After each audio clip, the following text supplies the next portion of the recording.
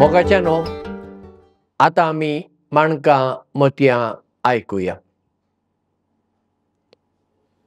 भारताचे उत्तर कुशीन चीना देश आसा आनी चीना देशाच्या लोकांक आमी कोंकणींत चिनकार म्हणटा. ही काणी एका चिनकार गांवांतली. एक ल्हानसो गांव, लागीं दोंगर, लोक सादें जिवीत जियेतालो आनी त्या जिवितांत त्या गांवांत एकटो शेतकार आसलो आनी ताच्या लागीं एक घोडो आसलो. एक दीस ताचो घोडो चोरूंक गेल्लो, फाटीं येवंकच ना, सोदल्यारय मेळूंक ना. तेन्ना ताच्या गांवच्या लोकांनी ताका म्हणलें, भावा, तुजें वायट नशीब. तुजे लागीं एकच घोडो आसलो आनी तो घोडो पळय खंय गेलो तुका कळीत ना. तुवें इतलें सोदलें तो तुका मेळूंक ना. खरेंच तुजें वायट नशीब. तेन्ना तो शेतकार म्हणटा, वायट नशीब, बरें नशीब कोण जाणा, देव जाणा. मागीर तो घोडो एक 2-3 दिसां उपरांत फाटीं आयलो आनी फाटीं येताना एकलोच येवंक ना, सांगात आनी एक 10 घोड्यांक घेवन आयला. रानवटी घोडे ते. ह्या शेतकारान आनी ताच्या पुतान त्या रानवटी घोड्यांच्या गोठ्यांत बांदून घाले. आनी हे रानवटी घोडे पळोवन, ते रानवटी घोडे पळोवंक बरे दिसतात आनी ते बरे घटमूट. ते पळोवंक गांवचो लोक आयलो आनी गांवच्या लोकान शेतकाराक म्हणलें, सायबा, तूं खरोच नशीबवान. पळय, तुज्या लागीं आसलो एक घोडो, आतां तुजे कडेन आनी 10 घोडे आयले. तुजें नशीब. तेन्ना तो शेतकार म्हणटा, कोण जाणा, बरें नशीब, वायट नशीब देव जाणा. आतां हे रानघोडे आसात, तांकां तरबेत करूंक जाय. वो शेतकाराचो पूत एका रानघोड्याक घेता, ताच्या पाठीर बसता आनी ताका आतां तरबेत करूंक तो भायर व्हरता. तो रानघोडो, त्या रानघोड्यान कितें केलें, ह्या शेतकाराच्या पुताक सकयल उडयलो आनी ताका एक लात मारली आनी हाका लागून शेतकाराच्या पुताचो पांय मोडलो. तेन्ना शेजाऱ्यांनी म्हणलें, छे, खरेंच तुजें वायट नशीब. ह्या घोड्याक लागून तुज्या पुताचो पांय मोडलो पळय. आतां तो आतां बरो जाता वय. आतां तुजे म्हातारे प्रायेर तुका कोण पोसतलो, ताका काम करूंक जायना आनी तूं म्हातारो जातलोय. तुजें वायट नशीब. तेन्ना तो शेतकार परत्यान म्हणटा, वायट नशीब, बरें नशीब कोण जाणा, देव जाणा. अशे थोडे दीस गेले तेन्ना गांवांत झूज सुरू जालें. रायाचे सैनीक आयले. तांकां आतां झुजांत झुजोवंक तरणाटे जाय, देखून ते गांवान गांव येताले आनी तरणाट्यांक घेवन वताले. ह्याय गांवांत ते आयले आनी तांणी सोदले कोणागेर बरे तरणाटे आसात आनी ते तरणाट्यांक घेवन गेले आनी हाका हो पांय मोडलो न्ही, ताका ते सोडून गेले. ताका तांणी व्हरूंक ना. तेन्ना गांवांत कोण उरले ते पळय प्रायस्त चिनकार आयले आनी ह्या शेतकाराक म्हणूंक लागले, भावा, आज तूं खरोच नशीबवान. पळय, आमच्या भुरग्यांक राजाचे सैनीक घेवन गेले.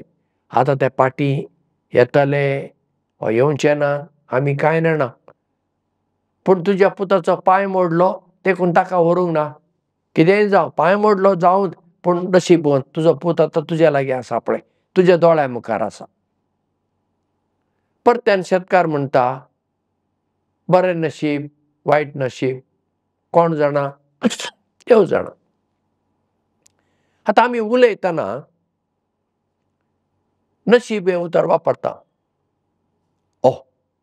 म्हजें बरें नशिबान हांव एक्सिडेंटांतल्यान वाचलो, नाजाल्यार मरचो आसलो, नाजाल्यार कितें वायट घडलें जाल्यार हें म्हजें आनी वायट नशीब, ह्या म्हज्या वायट नशिबाक लागून अशें जालें म्हूण आमी परपरतांव, देवाचेर शेणटात. अशें आसा वय, नशीब म्हूण आसा. म्हाका तरी ताचेर विस्वास ना. कित्याक तें सांगता, आमच्या घामान आमी जिवितांत वयर येवं येता आनी आमच्या आळसायेक लागून आमी जिवितांत सकयल देंवूंक जाता. पूण इतलें आसून सयत आतां पळया, रस्त्यार गाडी चलयता आमी बरे भशेन गाडी सारकी चलयता. पूण एके फावटी अशें जाता, आमची कांय चूक ना, कोण तरी येवन आमकां मारता. एकच गाडी चलयतना वा फुटपाथेर चलताय, एक गाडी अशी आयली, फुटपाथेर येयली, तुका मारली आनी तुका कितें जावं येता. तातूंत तुजी चूक आसा? कांय चूक ना. हें जाता. तें कित्याक जाता आमी नेणाव. तें कितें देवान तशें निर्मिलां? ना. जायत्यांनी म्हणचें हें देवान निर्मिल्लें. देव कोणाकच वायट करिना. जर देव वायट करता, हांव म्हणटा तो देवच न्हय. तो कसलो देव? देवान आमकां रचल्यान, आमी देवाची भुरगीं म्हूण आमी मानता, मागीर ताणें आमकां वायट करचें कशें? कित्याक म्हूण तो वायट करतलो?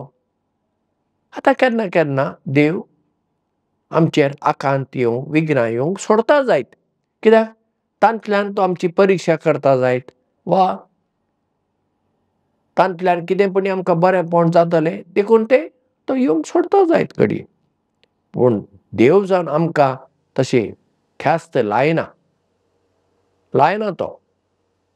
मागीर निमाणी आमची झडटी करतना लायत आमच्या चुकींक लागून. पूण ह्या संवसारांत आसतना जायतीं घडीत आमच्या जिवितांत घडटात. ते आमच्या नशिबाक लागून न्हय, देवाक लागूनय न्हय, ती घडटात. जायते फावटी आमचे चुकीन कांय घडितां घडटात आमच्या जिवितांत, आनी जायते फावटी आमची चूक नासतनाय घडटात. म्हणटना जिविता कडेन पळोवची नदर आसा पळया, ती आमची बदलूंक जाय. आनी जिवितांत कितेंय जावं, कितलेय त्रास येवं, कितेंय जावं, आमी निराशी जावची गरज ना. देखीक पळया, आमच्या घरांत वणटीचेर पाली आसात. पाली खंय आसतात? वणटीचेर. केन्नाय त्यो सकयल येतात, पिसोळें धरूंक, मूस धरूंक वय. पूण मागीर त्यो धरणीर रावनात, त्यो वणटीर वतात, चडटात. केन्ना केन्ना पाल वणटींतल्यान सकयल पडटा. सकयल पडली म्हूण पाल थंय रावता वय? रावना ती, परत्यान ती वयर चडटा. कित्याक? पालीचो जागोच वयर आनी तिची ती संवय वणटीर चडची. ती वणटीर थंय भोंवता. ती सकयल रावना. पडली म्हणून ती रडत थंय बसना. तशेंच माकड आसात पळया. माकड चडशे खंय आसतात? रुखाचेर आसतात. सकयल येतात दिसाक कितें खाण सोदून खावंक. पूण मागीर तांणी वेचे रुखार. राती खंय बसतात माकड? धरणीर बसतात? ना, ते रुखार चड बसतात. केन्ना माकडी चुकून धरणीर पडतात. पूण सकयल पडले म्हणून ते मागीर सकयलच रावतात? ना, परत्यान ते रुखार चडटात. कित्याक? तांचो जागो तो. म्हणटच हर एक मनजात आपल्या सैमा प्रमाणें, देवाच्या मांडावळी प्रमाणें जियेता. पूण आमी कितें करता? आमी बरें जाल्ल्या वेळार कितली आमी खुशाल. सगळें आमी केल्लें म्हणल्यार बरी. वो केन्ना केन्ना देवाक अर्गां दिता, ना म्हणून ना. देवान म्हाका अशें केलें म्हणून आमी देवाचें बरें उलयता. पूण आमच्या जिवितांत कितें तरी वायट घडटा तेन्ना आमी देवाक अर्गां दिता. पूण कॅरिझमॅटिकांत आसल्यांक मनशांक उठल्या बसल्याक हालेलुया, प्रेज द लॉर्ड म्हणटल्यांक हांव म्हणटां, सगळें बरें चलता. तुजी भलायकी बरी आसा, तुका काम आसा, तुजीं भुरगीं बाळां तुजी सांगात आसात, तेन्ना मात तुवें प्रेज द लॉर्ड म्हणचें. फाल्यां तुजी भलायकी बरी ना, तुका एक्सिडेंट जाला, आनी कितें जालें, तेन्ना तूं देवाक म्हणटाय, सायबा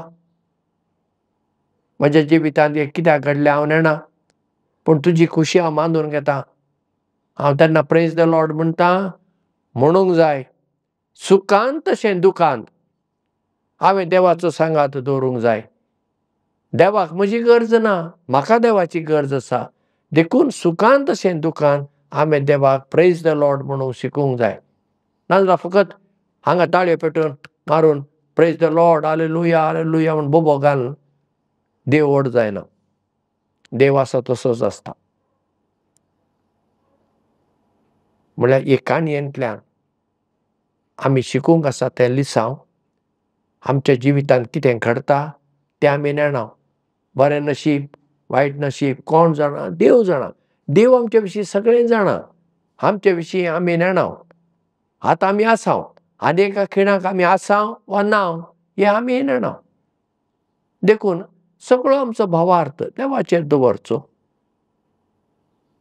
दुसऱ्यां सांगता मोगान, शांतीन, एकवटान जिवोवचें आनी खुशाल रावचें. जाता तें जावं जिवितांत, तें आमच्यान आडोवंक जायना. कित्याक जाय म्हूण आमी गजाली करच्यो न्हय. देव आसा म्हणून आमी थंय 10वे माळयेर चडून सकयल उडोवंक जाता. देव आसा म्हूण आमच्यान वीख घेवंक जाता. दाक्तेर आसा, म्हाका मागीर थंय हॉस्पिटलांत आस्पत्रेंत व्हरन दाक्तेर म्हाका बरो करता म्हूण कोणी वीख घेता? ना न्ही. तें पिशेपण कोण करिना मूं. म्हणटच आमी जें कितें आमी करूंक जाय तें आमी करया. आनी सगळें आमचें काम जाताच आमी म्हणुया देवा हें सगळें तुज्या हातांत आसा म्हूण देवाचेर सोडया. हें तत्व आसा पळया, हें सांत इनास लोयोलाचें, जेजूत संस्थेचो तो स्थापक घडणार. तो म्हणटा जेन्ना तूं एक काम करूंक वेताय तें काम तुवें अशें करूंक जाय, हें सगळें काम तुजेर आसा, तुज्या खांदार आसा, तुज्या भुजांचेर आसा, अशें चिंतून घाम काडून तुवें तो वावर करूंक जाय मन लावन. आनी सगळें काम तुजें जातच तुवें म्हणूंक जाय आतां म्हजेर हें कांय ना, हें देवाचेर आसा. पूण देवाच्या हातांत सोडूंक जाय. म्हणजे म्हजो घाम आनी देवाचें बेसांव सांगाता मेळटना आमच्या जिवितांत अचर्यां नवालां घडटात. इस्कॉलांत परिक्षेक बशीं भुरगीं आसा पळय तांकां हांव सांगतां. ती येवन म्हणटात फादर म्हजी फाल्यां परिक्षा आसा, म्हजे पासत माग. हांव तांकां विचारतां इतले दीस तूं शिकलाय? ना फादर ते मागीर म्हाका कित्याक म्हणटाय माग म्हणून? देव कितें शॉपांत बसचो? आमी गोंयांत ताका पसरकार म्हणटा, तुमी हांगा आंगडीकार म्हणटा. तसो हांवें मागलें दिवंक? तुजें काम तुवें पयलें करूंक जाय तेन्ना तुका देवाचें बेसांव मेळटा. इंग्लीश भाशेंत एक सांगणी आसा 99% पर्स्पिरेशन 1% इन्स्पिरेशन. कोंकणींत हांव हें अशें सांगतां 99% तुजो घाम आनी 1% देवाचें बेसांव. तेन्ना भुरगीं म्हाका म्हणटात हांवें जर 90 आनी 9% घाम काडलें जाल्यार आनी देवाचो 1% कित्याक जाय? जातलेंच न्ही. हांव म्हणटा ना ना ना, खात्री ना, गॅरंटी ना. चिंतूया तुवें घाम काडलो 90 आनी 9%. फाल्यां परिक्षा, आज तुजें एक्सिडेंट जालें, फाल्यां परिक्षेक वचूंक जायना. आज तुजी भलायकी पाड जाली, पोट पाड जालें, परत्यान परत्यान तुका वॉशरुमाक वचूंक जाय. खंय जालें तुजें शिकलें गेलें मूं. म्हणून तुवें 90 आनी 9% घाम काडलो म्हणून तुका जैत मेळटलें, फळ मेळटलें म्हणली खात्री ना. तें देवाचो 1% आसा पळय तो तितलोच गरजेचो. आमकां कितें दिसता 90 आनी 9 व्हड आनी 1 आसा पळय आंकडो तो ल्हान. हें आमचें संवसारीक गणीत. देवाचें गणीत आसा, दैवीक गणीत, डिवायन मॅथमॅटिक्स म्हणटा हांव ताका. तातूंत 90 आनी 9 आमचो घाम आनी देवाचो 1 वांटो आसा. दोनी समान, equal. 99 is equal to 1, 1 is equal to 99. हें दैवीक गणीत. हें आमच्या जिवितांत गरजेचें आसता. म्हणटच ह्या चिनकाराच्या आनी ताच्या पुताच्या आनी त्या घोड्यांच्या हे काणयेंतल्यान आमी हें शिकुया आम्ही घाम काडची मनशां जावया आनी सगळो घाम काडटच सगळें देवाच्या हातांत सोडून आमी शांतपणी जिवोवची मनशां जावया. माणका मोतयां, तुमी पळयतात, तुमकां देव बरें करूं. आमचो तुमचो मोग सदां व्हरून दी, वाडत आसूं दी म्हूण मागतां. देव बरें करूं आनी मोग आसूं.